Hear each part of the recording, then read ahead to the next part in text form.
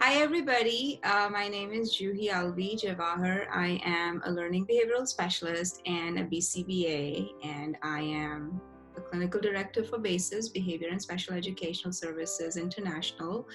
And today I have a very, very special friend and a very special guest, Dr. Nasia Yes. Surinsi. Now you have to correct me. Okay. Who's It's Nasia Serencioni Uwazi. Uzi, yes, and I apologize. I That's tried my okay. best to do that, That but is I okay. am so excited to have her on my show today. She is one of my really, really good friends, and she's my mentor also, and she has taught me a lot in the field of early intervention services, and she is the one who introduced me to it. She's my mentor, and I look up to her for many things. So there she Thank you. is, and I'm going to first of all ask her to introduce herself to me. So please introduce yourself to us. Absolutely. First and foremost, thank you so much for having me on. And it's such a reciprocal relationship because as much as I'm able to give you, you give it back to me. And I thank you for mentoring me and sharing your knowledge and skills with me. Jawahar, I really appreciate it. But again, I'm Dr. Nasia Serencioni Uwazi. I too, like Ms. Jawahar, I am a learning behavioral specialist and also a BCBA. So would you like to tell us a little? I think that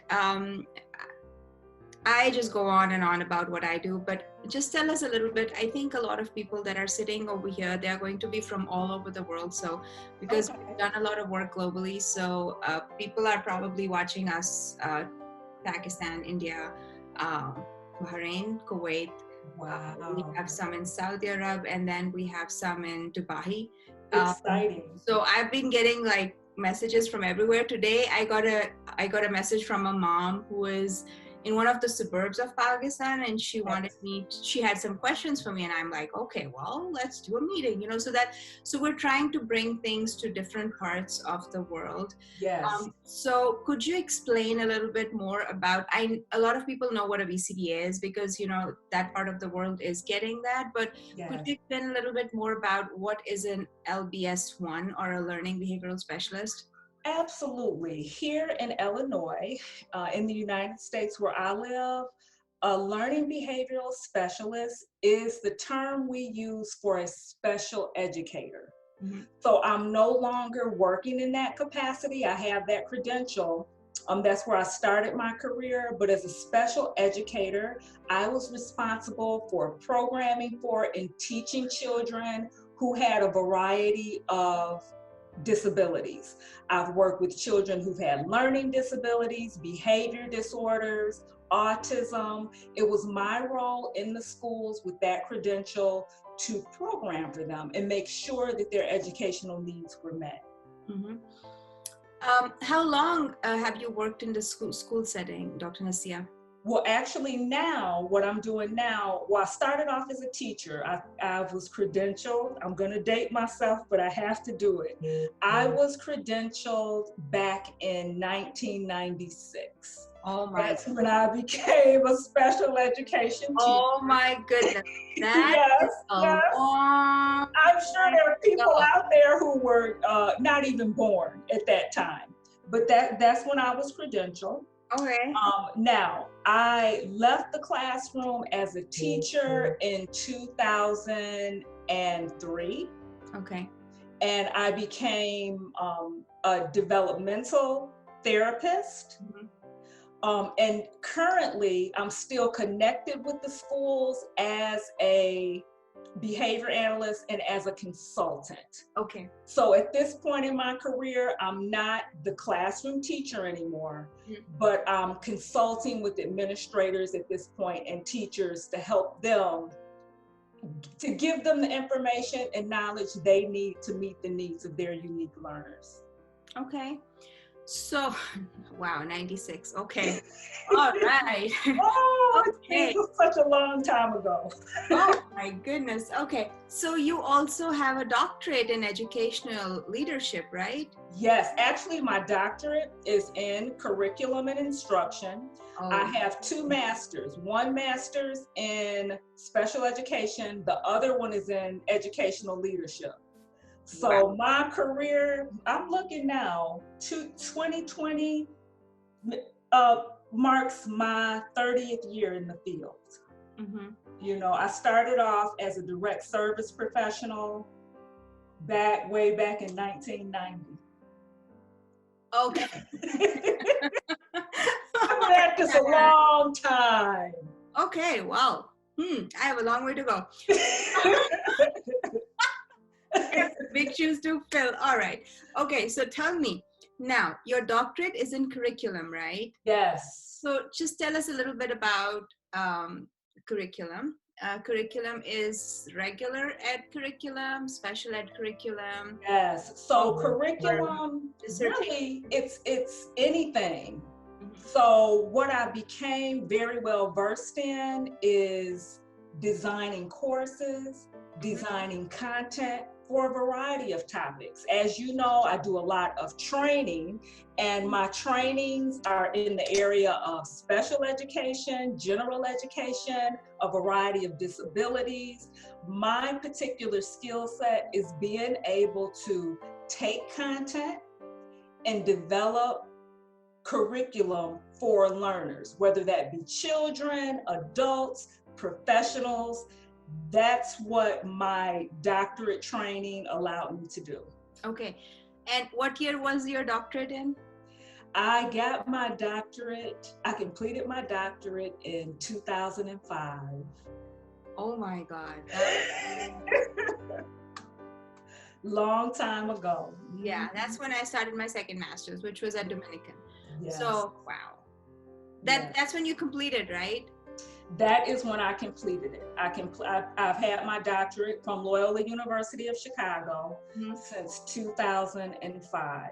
Okay. And you know, my career has not been linear. My career has taken all sorts of twists and turns, as many of us do during the course of a career as long as mine.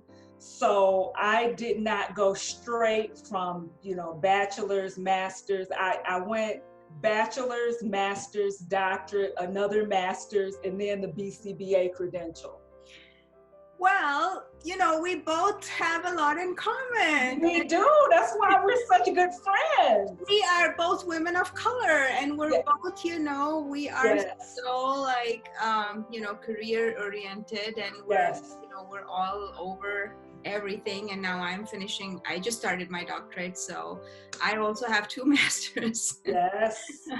But my career has not been linear. So like I had my master's in English, and then I came here, and I never thought I'm going to like go back to school, but I went back. I finished first I got a diploma in early childhood, then I went for MS in special ed, and then I went for BCBA. Then I did half my doctorate in clinical psychology, and I left it because Wow. I wasn't digging it. And then I'm like, oh man, I gotta go back now again. So I went back for my PhD. Now, hopefully, fingers crossed, I'll finish it. Amazing. Yeah, but it's like we have a lot in common, We do. and now if people tell us that we don't know what we're doing, we've Oh, really spent a lot of money on our education. So I think that yes. here we are, and I wanted to congratulate you that your one of your your manual was accepted for the APBA, which is the applied professional behavior analytic council. So could you tell us a little bit about that, and then we'll go into what EI is, and we'll Absolutely. Absolutely. I hit a couple of really big milestones this year. Mhm.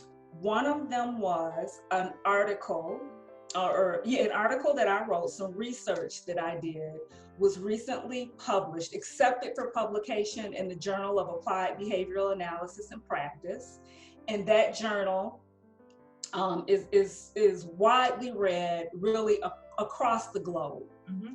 The article addressed specifically Black women and their access to leadership roles within the field of applied behavior analysis. Um, as you know, it's our field is really dominated by women. However, the field still, the leadership roles within our field are still primarily held by white men. So in my research, what I did was I identified specific barriers. Mm-hmm. And one of the barriers is, at the time that I initially started the research, the BACB was not collecting demographic data on race. Now, I just renewed my credential back in February, and I noticed that they're now starting to ask, what ethnicity are you? What race are you? Because that information matters. Right. That information will help us further drill down on what the barriers are that really keep Black women and women of color in general from leadership roles in this field. Now, my second milestone was, and you helped me with this, and I thank you so much for your help, when we were accepted, when our work was accepted to be presented at the Association for Professional Behavior Analysts, the annual conference. Now, unfortunately, due to COVID-19, the conference was canceled, but it still enabled us to put out a body of work and content that so needs to be addressed within our field. And I actually look forward to really disseminating that project in other arenas. So we didn't get to go there, so maybe we'll get a chance to go back next year. Hey, we just started. That's right. That's right. We're over here. We're going to get a lot accomplished. Okay, now, so would you like to tell us about, and basically, so I'm a big advocate of empowering the parents, because the areas like in America, when we work, we do have insurance, we have Medicaid, and you know, we know that Medicaid is not covering ABA in the state of Illinois, but private insurances are. But you know, in different countries, we don't have that model. So my whole concern is how we can empower parents to help their children become more successful. And some of the episodes that I've done are in regards to teaching pivotal behaviors, and you know, how to work with the parents and families, and how to identify English as a second language learners, how we can identify them. So why I had you was because as you're my mentor for early intervention, so would you like, I wanted you to talk a little bit about what is early intervention, and then later on we'll go into the depth of it, that how can parents be involved in it. So if you would like to introduce that to us, that would be Absolutely. So early intervention is really, it's a federally mandated program. It falls under IDEA, the Individuals with Disabilities Education Act, Part C. So this specific mandate is for birth through age 3 for families of young children. Okay. So the program funds the work for providers to be able to go in home and specifically work not just with the child, but with the family. Now that is what separates Part C, early intervention, from Part B of IDEA, which Part B speaks to school-age children who are in that system from age 3 through 21. Now this is the difference. Part C, early intervention, is very family focused and very developmental focused. Okay. Whereas Part B, age 3 through 21, is very much child focused. Okay. And we can talk a little bit when you're ready about the differences that is when you have a system that focuses more on the family, and you have to have children transition from that system that focuses more on the child. All right. So that's EI, right? Yes. And that's in the state of Illinois right now. Yes. Okay. And then could you tell us a little bit, because see, you are dually credentialed, and I was trying to get that, but I have a couple of hiccups, and we'll talk about those when I come to one of the mentoring sessions. Yes. So could you tell us that what is developmental therapy, and what is your role as a developmental therapist? Because you are dually credentialed as a developmental therapist as well as a BCBA in the EI system. Yes. Yes. Yes. Yes. Yes, I am. Okay. Let's talk about this developmental therapy piece. Developmental therapy, first and foremost, they become a part of the system and a part of the child's life through the assessment piece. Mm-hmm. And developmental therapists, they perform what's called a global assessment and early intervention, meaning unlike the OT or the PT who really addresses and assesses a very specific domain, developmental therapists address all 5 of the core domains, which would be cognition, communication, gross motor, fine motor, social emotional, and self-help or adaptive skills. As a developmental therapist, I'm coming in and assessing all of those things and developing intervention for all of those different domains. Okay. And then how many hours are you giving the child per week? Per week, the child based in that system is going to get 1 hour of direct service per week. And then providers are also authorized for about an hour a month to engage in what's called IFSP development, individual family service plan development, with either the parents or the family. Okay. The parents or the other professionals. All right. Okay. And then what is the model of early intervention for ABA? Okay, it's a little different Yeah. than what we're used to with ABA and as board certified behavior analysts. In this model, because early intervention is very, again, I'm going back to that word, is very family focused. Okay, so the treatment model is not geared towards the child alone. In this model within early intervention, ABA is going to very much look like me as the provider going in to coach the parents, coaching them on how they can change their environment, coaching them on paying attention to what is reinforcing to their child, coaching them to identify triggers of challenging behavior. So within early intervention, my role is to really empower the parents. Okay. So it could, I do some direct service, but the end goal is for me to have the parents, for me to model it to the parents, and then to have them transfer the stimulus control from me to them. Okay. Okay. So now, very important question, because this is where I think this is where I am going towards, because as you know, and you are supervising and you are a part of our group for BASES, you know, we're very thankful for that, because in this pandemic, you've really helped us. Oh, I am so excited and thrilled to be a part of BASES. Mm-hmm.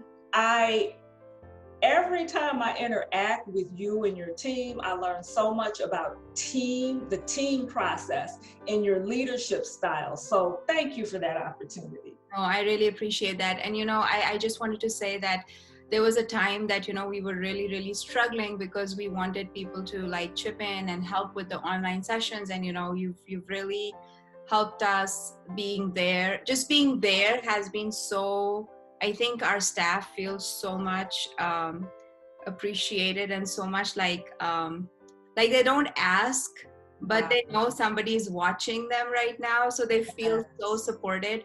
So, you know, thank you so much for doing that in that group. But yeah, but I think that what we are doing right now is we're trying to train the parents. Yes. And with the telehealth sessions, what's happened is that parents have become empowered to work with the children more. Yes. In Pakistan also, we have a girl we have somebody in Australia that we work with. We have a kid in England that we work with, Pakistan, Dubai, Okay. um, and in Abu Dhabi. So Oh, we have kids like all over, and then basically the same thing we're doing is the same thing, but the parents are working with the children, and we're modeling and training the parents to work. So it's kind of the similar thing, but the only difference is that over here we are looking at kids from 0 to 3. Over there, the kids are like older than 3. But, yes. but I think that this is the only way we can do it. So I just wanted you to talk about that. How important is the role of parents Yeah, in this absolutely. model or anywhere we go, like with any kind of intervention? Absolutely. I want to share with you some information that was actually shared at the last ILABA conference, Hmm. the last Illinois Association of Behavior Analysis annual conference. Hmm. There was a speaker there. Her name was Dr. Rachel Taylor. Yes. And you remember her? Yes. We took it together. Okay. Yeah. Let me tell you what she brought up. And she actually has some videos that speak to it on YouTube. She talked about the whole concept of ABA 24/7. And she broke that down. She Yeah. talked about She did. ABA way back when really Lovas introduced this 40-hour per week model. Yeah. She talked about the history of how that developed. And that 40 hours per week was really developed because that's what fit the parents' work week. The parents were away for 40 hours, so that became the gold standard for the number of ABA hours a child should get. And over the years, what has happened is ABA is very much turned into the ABA that the child is getting at the table or Yeah. in the cubicle or at the desk or in the clinic.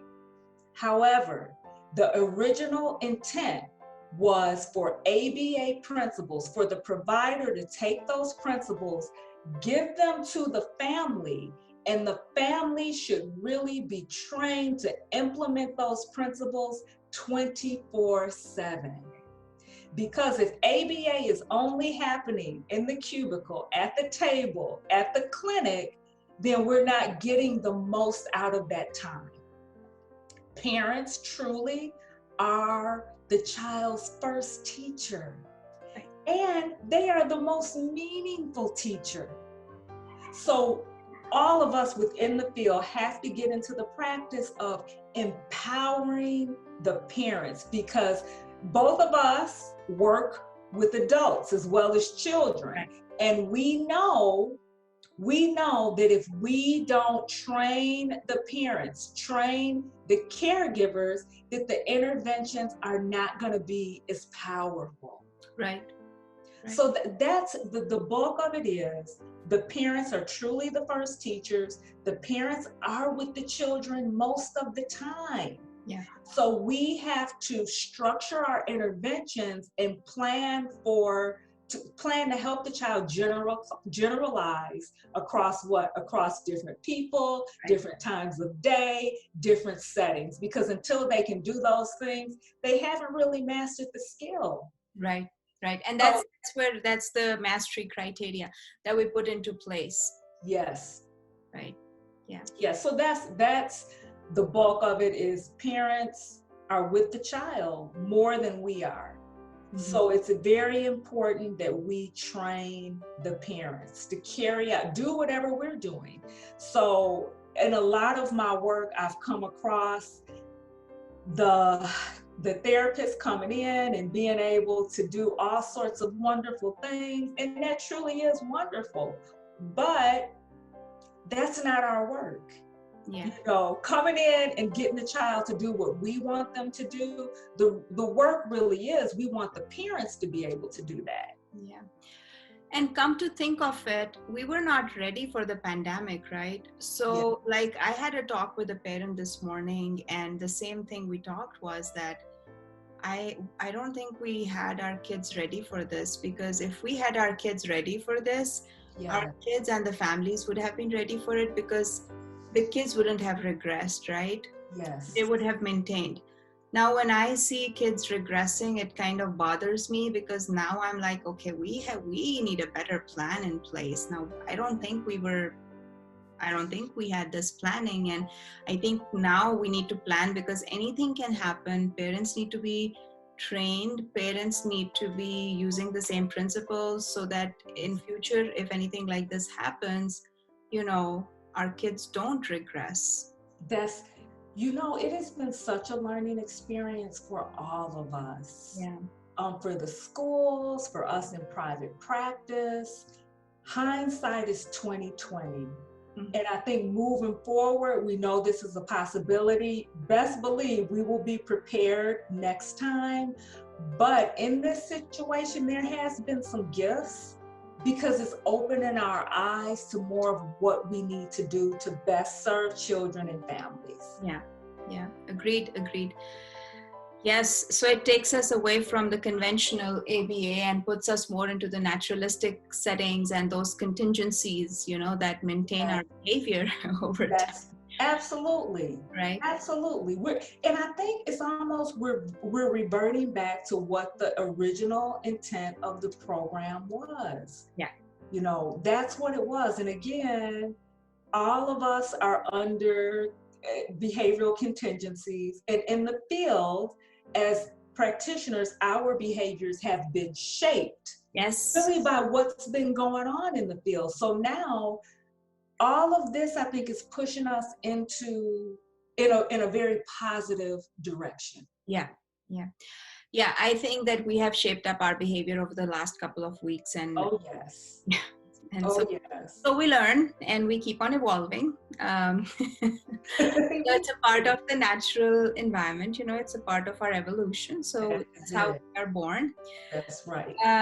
Okay, one question that I have for you is that could you give us any tips and tricks for developing prerequisite skills? Because I know that some of our kids, they don't have the prerequisite skills, which are eye contact and, just Yes. the attention, the focus, just the sitting tolerance, things like that. Absolutely. I can share with you what my go-to is when I'm working with the very young children. And when I say young, I'm saying the children who are anywhere from 2 to 6 or 7 years old. Uh-huh. One of the things that I've learned to do, and is critical, is that pairing. That pairing. I cannot tell you how many times I have walked into sessions and the child, because of a past experience, as soon as the therapist walks in the door, the child starts to cry. And what is that going to do? That's going to turn the child off. That's going to turn the parent off. So first things first, put in some sufficient pairing activities. And what I mean by that is the therapist coming in and just having fun with the child, spending a few weeks making therapy fun. Mm-hmm. And that's going to be different for every child. For some kids, I had a little 2-year-old and she was diagnosed with autism. Just throwing a block up in the air and letting it land, it was hilarious to her. But I kept doing it and I kept shaping it up, and that became her reinforcer. But what I did was I wasn't going to go in there and have her, put coins in the pig. That wasn't meaningful to her. That wasn't a meaningful activity. Yeah. But I started using what was reinforcing to her to get her to engage in some of those less preferred activities. So first thing, sufficiently pair. And what you do when you do that, you're going to create an environment that's going to be reinforcing for the child. And guess what? Because we know early intervention is not just child focused. We got to remember the parent. Exactly. When a parent sees their child having fun, what is that going to do to them? That's how we get buy-in for the process. When that parent knows, oh, the therapist is here and they're going to come in and my baby is going to have some fun, then you're going to get parents who are more likely to engage the same way with their child. Right. Let's remember too, sometimes when we have our babies, especially our young ones who are on the spectrum, there could be some disruption in attachment. And sometimes the parents may not even know how to engage their child. So when we come in and say, okay, let's just do what makes them happy for a little while, that is a huge gift to a parent who may have had a child who is not very reciprocal and they don't even know what makes the child happy. So that's my first tip, is sufficiently pair therapy with positive experiences. And you're so correct, because like I was talking to the therapist on last week, and we had the same issue where, the therapist was like, I'm still pairing. And I said, that's okay. I had a child, my first case that I started with my BCBA, I paired for 2 months because that kid was a higher functioning kid with autism. And no matter what you do, and now I can understand it better because I have a kid who's the same age, Yes. a boy who's growing up, and, he was a typical, a high functioning kid. And it was hard to pair with him because all the reinforcement was in front of him. So, and then another thing is that reinforcement is not a toy, or reinforcement is you. So he should have fun through you, right? That's So right. you have to make yourself so fun and exciting with the objects that he can have, because you need to have that control over that child's instruction. Then you have to transfer it to the parents. That's it. That is the key. That is so critical when you're working with the young, even with the older children, but more specifically with the younger children, is using parent to develop that rapport, to get parent buy-in. Then you set the foundation for effective intervention. That's when, if you're pairing and that child becomes interested, then you start developing those attending skills. Right. And would you like to, are there any specific tools or assessments that you would like to, so we use ABLES, we use EVMAP, PEAK is out there. We haven't really used it because it's a little complicated for our staff right now. Yes. It's complicated for us, so I don't want to implement it over there. But anything else that you have that is a little bit more user-friendly, would you like to recommend? If you have any recommendations. Sure. As far as assessments, a global developmental assessment that I would recommend is called the Hawaii Early Learning Profile. In fact, I will make sure I get you a copy of that. Ooh. That's a good one when it comes to just overall development. Okay. I've given it to parents and have them go over it because it kind of outlines where the child should be in each domain. Okay. All right. And I think it's a powerful tool because it is user friendly, and more than that, it's parent friendly. Okay, cool. That would be good. And I was also looking that, the tools that are being used in EI are a little bit different than the ones that we use as a BCBA. Yes. So I think that would be a really good tool. And I also like the EI. So when I do my reports, I usually bring like a norm-based reference anyways, because a lot of the parents, they ask questions that, where is the child as per a typically developing. So in order to get that norm-based equivalence, yes, I get like, okay, a 5-year-old should be doing this, and your child is doing this as per the criterion based, so, okay, yes, we need to fix this gap, right? But we can't fix it because there is no cure, but, we can try to, with therapy, make it better. So I think that tool would really help us out a lot. And, I think that I'll definitely take a copy of that. And of course, you're going to have to train me on it. Of course. And that's when I'm doing the developmental therapy. That's the tool I use. I've used it for years. It's within early intervention in Illinois. That's the gold standard right now for developmental assessments. Another reason I like it is because as far as toys to be used, you can use the child's own toys. See, that's really cool. It is. When you can use the child's toys, I think you get a better read. Yes, on yes. what the child can do. And we have to look into, the surroundings that the child is in. Also, we have to Yes. see that what are the resources available for the child. So I think that's a really, really good tool. So Yes. yeah, that Yes. was I will make sure that gets to you. okay. Thank you so much. I really appreciate your time and your effort. Okay. We have a lot more webinars together we're going to do, and thank you for You are your welcome. knowledge. And we also would like to tell the audience that we're going to be writing a book together soon. Yeah, I mean, can you imagine all of our years of experience? Yeah. What it's going to be phenomenal. And before we close, let me say this again. I am so just thrilled to be working with you. It has been a true honor to work with you and your team at Basis.